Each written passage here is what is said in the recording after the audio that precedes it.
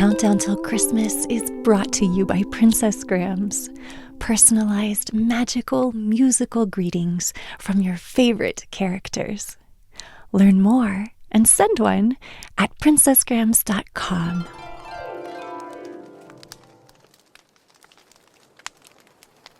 Well, hello again. I'm very glad that you're back today. Sasha's a little sleepy, but I know that we're both excited to see you, and we're glad that you are here to decorate, sing, and continue our story. But first, why don't we find out what is in our Advent calendar for today, December 10th? Oh, it's this lovely six-pointed star. It's made of stained glass. And I don't know if you can see how the light shines through it. Well, where should we put it on our tree? That looks nice. Well, this star reminds me of the Star of David, which is also a six-pointed star, but it's a little different shape, like this. In Israel, the Star of David is on the flag, and it's also a symbol of the Jewish religion. Israelis, as well as Jewish people around the world, celebrate Hanukkah late in the year, usually during the Christmas season, but it's not the same holiday as Christmas. Hanukkah, or the Festival of Lights, is a remembrance of a miracle that happened when the Maccabees had won a victory over their enemies to take back their temple. That's a religious place of worship. They needed a special oil to light their menorah, but there was very little left, only enough for one day. But miraculously, the oil lasted 8 days, which is just long enough for the time it took them to prepare more oil. And that is why Hanukkah is celebrated for 8 days and nights. Each night, you light one new candle on the Chanukah, which has a candle for each of the 8 nights, plus one in the middle that is used to light the other candles. Some special Hanukkah foods include latkes and sufganiyot, which are a kind of jelly donut. After dinner, people often play a game, dreidel, which you spin, and you can even win geld, or chocolate, that looks like gold coins. We heard more about chocolate money on December 4th, too. Well, if you want to wish someone a happy Hanukkah in Hebrew, you can say Chanukah Sameach. Chanukah Sameach.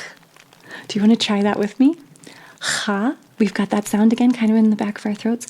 Chanukah, Chanukah, Sameach, Sameach. Chanukah Sameach. Chanukah Sameach. Very nice. Well, today we are going to review 2 of the songs we've already learned. We'll start with Deck the Halls, and then we'll sing The Holly and the Ivy. And we'll sing each of those one time, okay? Are you ready? Deck the halls up here. Deck the halls with boughs of holly, fa la la la la la la la la. 'Tis the season to be jolly, fa la la la la la la la la. Don we now our gay apparel, fa la la la la la la la la. Troll the ancient Yuletide carol, fa la la la la la la la. Very nice. And now how about the holly and the ivy? The holly and the ivy, when they are both full grown, of all the trees that are in the wood, the holly bears the crown. Oh, the rising of the sun, and the running of the deer, the playing of the merry organ, sweet singing in the choir. Nice job, and thank you again for working on those songs with me. And now it's time for our story of the day. And today we're continuing chapter 13 from Frances Hodgson Burnett's book, A Little Princess. And I'd really recommend going back and watching yesterday's video if you missed it, because I gave an explanation of what's happened in the story so far, and then I think the chapter is just really beautiful, so I would recommend watching it. But just to recap, Sarah is very poorly treated. She's now a servant at the boarding school where she used to be a student. She's been sent out on yet another errand today. She's very cold, very hungry, and she has just found a small piece of money in the streets, enough to buy her a couple of hot buns to eat. And just as she's going to enter a baker's shop, she noticed that a little girl was sitting in the doorstep, and the little girl was worse off than she was. She was wearing rags and didn't have any shoes and just looked very hungry. And this chapter is called One of the Populace, and that's because people had nicknamed Sarah a princess because she used to have a lot of money and nice things. But she decided to continue acting like a princess even after her circumstances had changed. And the populace is how she refers to the subjects of a princess or of a realm. And so she sees this little girl, and we'll just pick up from where we left off yesterday. Above the rags appeared a shocked head of tangled hair and a dirty face with big, hollow, hungry eyes. Sarah knew they were hungry eyes the moment she saw them, and she felt a sudden sympathy. This, she said to herself with a little sigh, is one of the populace, and she is hungrier than I am. This child, this one of the populace, stared up at Sarah and shuffled herself a little aside so as to give her room to pass. She was used to being made to give room to everybody. She knew that if a policeman chanced to see her, he would tell her to move on. Sarah clutched her little 4-penny piece and hesitated a few seconds. Then she spoke to her. "Are you hungry?" she asked. The child shuffled herself in her rags a little more. "I know, just," she said in a hoarse voice. "Just I know." "Haven't you had any dinner?" said Sarah. "No dinner," more hoarsely still and with more shuffling. "Nor yet no breakfast, nor yet no supper, no nothing." "Since when?" asked Sarah. "Dunno. Never got nothing today, nowhere. I've axed and axed." Just to look at her made Sarah more hungry and faint. But those queer little thoughts were at work in her brain, and she was talking to herself, though she was sick at heart. "If I'm a princess," she was saying, "if I'm a princess, when they were poor and driven from their thrones, they always shared with the populace. If they met one poorer and hungrier than themselves, they always shared.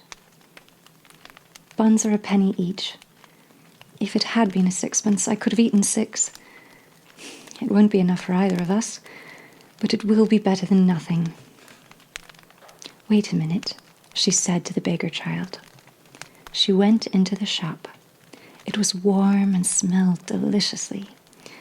The woman was just going to put some more hot buns into the window. "If you please," said Sarah, "have you lost a 4pence? A silver 4pence?" And she held the forlorn little piece of money out to her. The woman looked at it, and then at her intense little face and draggled, once fine, clothes. "Bless us, no," she answered. "Did you find it?" "Yes," said Sarah, "in the gutter." "Keep it then," said the woman. "It may have been there for a week, and goodness knows who lost it. You could never find out." "I know that," said Sarah, "but I thought I would ask you." "Not many would," said the woman, looking puzzled and interested and good-natured all at once. "Do you want to buy something?" she added as she saw Sarah glance at the buns. "4 buns, if you please," said Sarah. "Those at a penny each." The woman went to the window and put some in a paper bag. Sarah noticed that she put in 6 I said 4, if you please, she explained. I only have 4pence. I'll throw in 2 for make weight, said the woman with her good-natured look. I dare say you can eat them sometime. Aren't you hungry? A mist rose before Sarah's eyes. Yes, she answered. I am very hungry, and I am much obliged to you for your kindness, and... She was going to add, there is a child outside who is hungrier than I am. But just at that moment, 2 or 3 customers came in at once, and each one seemed in a hurry, so she could only thank the woman again and go out. The beggar girl was still huddled up in the corner of the step. She looked frightful in her wet and dirty rags. She was staring straight before her with a stupid look of suffering, and Sarah saw her suddenly draw the back of her roughened hand across her eyes to rub away the tears which seemed to have surprised her by forcing their way from under the lids. She was muttering to herself. Sarah opened the paper bag and took out one of the hot buns, which had already warmed her own cold hands a little. See, she said, putting the bun in the ragged lap.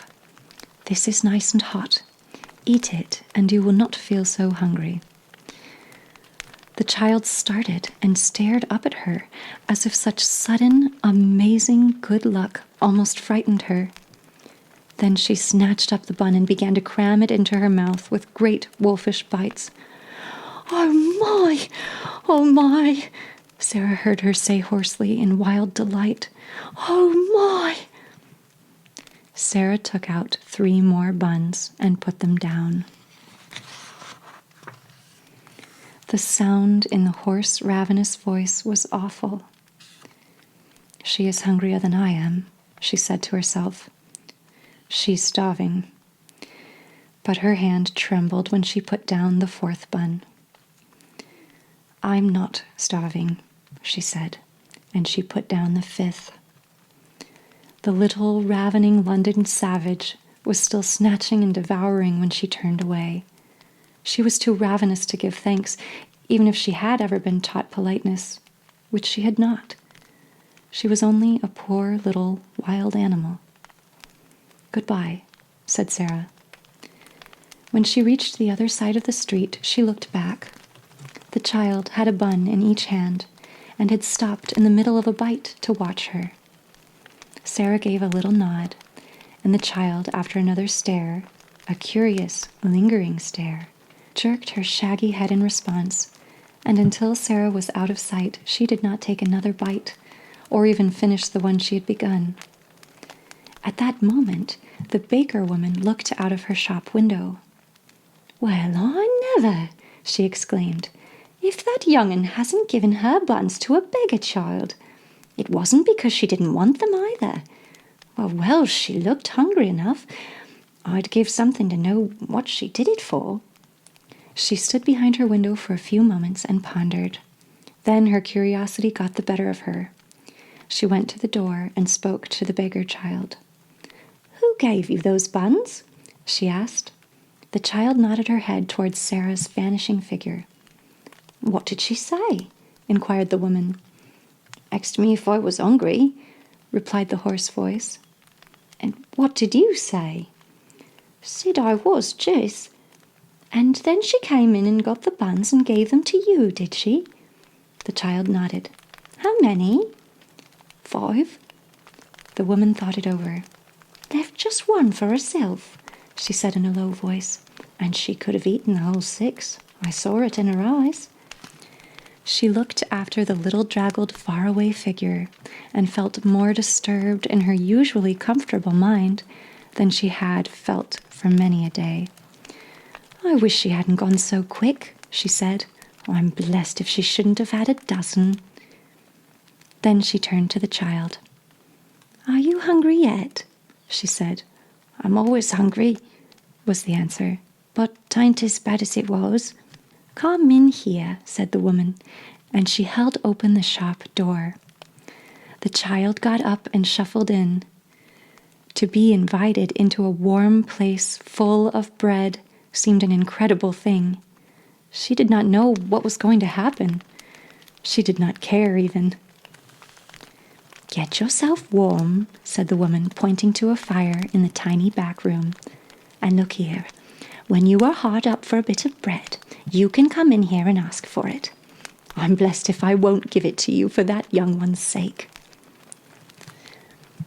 Sarah found some comfort in her remaining bun.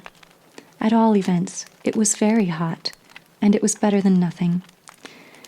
As she walked along, she broke off small pieces and ate them slowly to make them last longer. Suppose it was a magic bun, she said, and a bite was as much as a whole dinner. I should be overeating myself if I went on like this. And that concludes the portion of chapter 13 from A Little Princess for today. I thought we could end our time together today with a song and with this candle in honor of Hanukkah. The song is not a Hanukkah song, and this is not a Chanukah, but I still thought it was nice to participate in some way. And our song today is called Lo, How a Rose Ere Blooming. And if you know it, why don't you sing with me?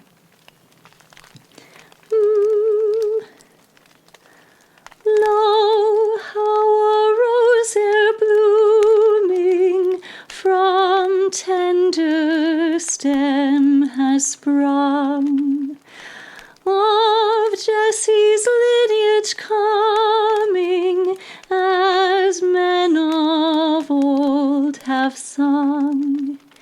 It came a floweret bright, amid the cold of winter, when half spent was the night. Thank you again for joining us today. I hope I'll see you tomorrow. Bye-bye. If you enjoyed this video, please like, subscribe, and share it with a friend. That not only encourages me, it also makes a big difference to my channel and helps others find videos they would enjoy too. Wishing you a joyful season and a happy day. I'll see you tomorrow.